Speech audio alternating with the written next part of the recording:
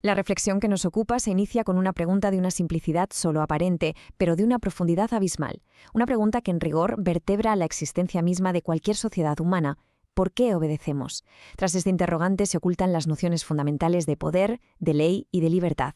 Constituye, en definitiva, el umbral de acceso al estudio del ámbito de lo político. Para abordar esta cuestión con la sistematicidad que requiere, nuestro itinerario intelectual se articulará en 5 fases.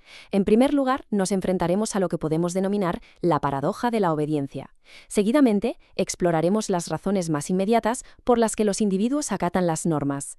A continuación, un paso crucial. Distinguiremos entre los conceptos de poder, ley y legitimidad, que son el verdadero corazón de la concepción democrática. Desde ahí, retrocederemos hasta la Grecia clásica, para comprender por qué Aristóteles definió al ser humano como un animal político. Y finalmente, veremos cómo todo este recorrido nos conduce a una conclusión inevitable: la responsabilidad de participar en la vida pública. Comencemos, pues, por el núcleo mismo del problema, esa tensión, a veces conflictiva, que existe entre la libertad inherente al individuo y el conjunto de normas que necesariamente rigen la vida en común. Es precisamente en este punto de fricción donde encontramos la gran paradoja de la obediencia. El gran pensador florentino, Nicolás Maquiavelo, ya observó con su característica agudeza que esta dinámica no es, en absoluto, una invención de la modernidad.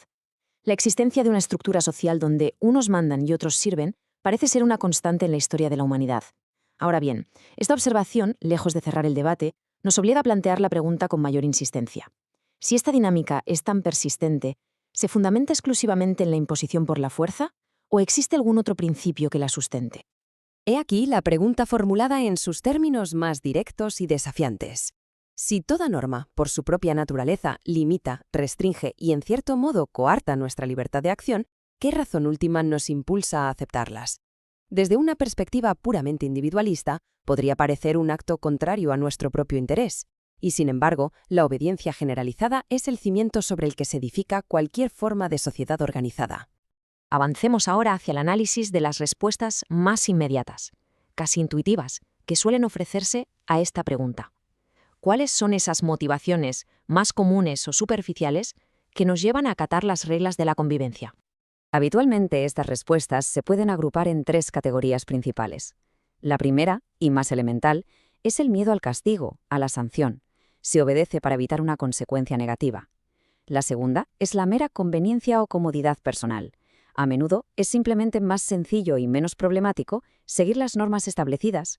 Y la tercera, de un orden ya moral, es un cierto sentido del deber, una convicción interna de que actuar conforme a la ley es lo correcto. Pero, ¿son estas razones, por sí solas, suficientes para fundamentar la estabilidad de una sociedad compleja, plural y libre como la nuestra? La respuesta es, claramente, no.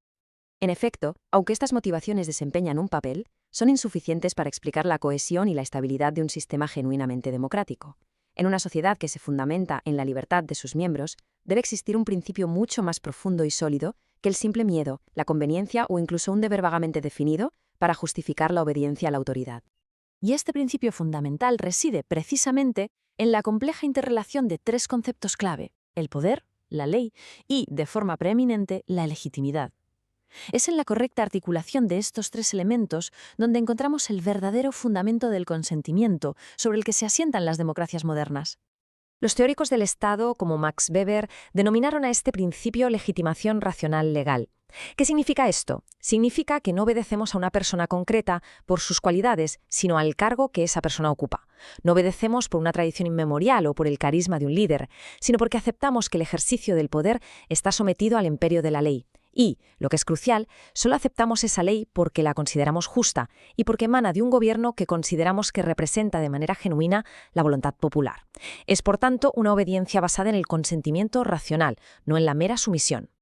Aquí debemos introducir una distinción conceptual de la máxima importancia, la diferencia entre lo legal y lo legítimo. Algo es legal cuando se ajusta a la ley vigente, cuando ha sido promulgado siguiendo los procedimientos formalmente establecidos. Pero para que sea legítimo se requiere algo más. Se requiere que esa ley sea percibida por la ciudadanía como justa en su contenido y que el poder que la emite sea reconocido como un poder que representa verdaderamente la soberanía popular. Un ejemplo histórico claro. Las leyes de segregación racial eran, en su momento y lugar, perfectamente legales. Sin embargo, desde una perspectiva ética y democrática actual, las consideraríamos profundamente ilegítimas. La obediencia en una democracia sana y duradera se construye sobre la legitimidad, no sobre la simple y fría legalidad. Para profundizar aún más en las raíces de nuestra necesidad de organizarnos políticamente, es necesario dar un paso atrás, desde la teoría política hacia la antropología filosófica. Y aquí, la figura de Aristóteles nos ofrece una perspectiva absolutamente esencial. Esta célebre sentencia aristotélica, «thon politikon» en el griego original, es mucho más que una simple definición. Lo que Aristóteles sostiene es que la política no es una construcción artificial ni un mal necesario que aceptamos a regañadientes. Es, por el contrario, una manifestación intrínseca a la propia naturaleza humana. Estamos, por así decirlo, biológicamente y racionalmente diseñados para vivir en comunidad, para realizarnos plenamente en el seno de la polis, la ciudad-estado. Aristóteles lleva esta idea hasta su última y más radical consecuencia. Para él, un ser que viviera de forma natural al margen de la comunidad política, de la polis, solo podría ser de dos tipos. O bien estaría por debajo de lo humano, siendo una bestia guiada solo por sus instintos, o bien estaría por encima de lo humano, siendo un dios autosuficiente que no necesita de los demás. Esta dicotomía ilustra de una manera poderosa su convicción de que la plena realización de las capacidades específicamente humanas, como el lenguaje racional y el sentido de la justicia, solo es posible dentro de la comunidad política. Pues bien, si aceptamos esta poderosa premisa aristotélica sobre nuestra naturaleza política, de ella se deriva una consecuencia ética ineludible: la responsabilidad de participar activamente en la vida de la comunidad.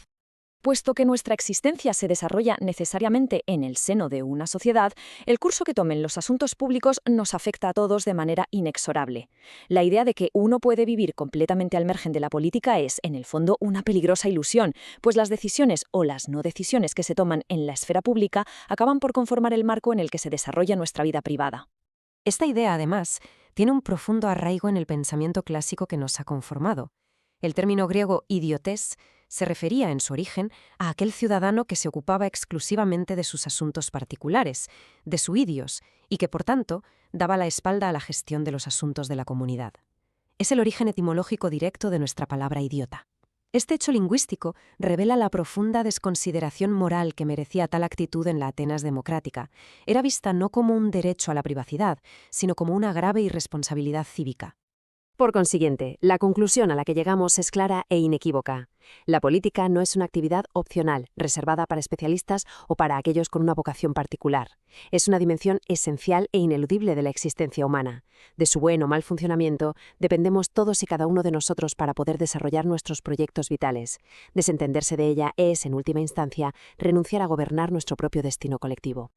Habiendo establecido por qué obedecemos y por qué la política es una dimensión constitutiva de lo humano, nuestra próxima reflexión deberá necesariamente centrarse en la forma histórica concreta en que el poder político se ha organizado desde la Edad Moderna hasta nuestros días, la figura del Estado. Pero el análisis de esta compleja estructura será materia para nuestro siguiente encuentro.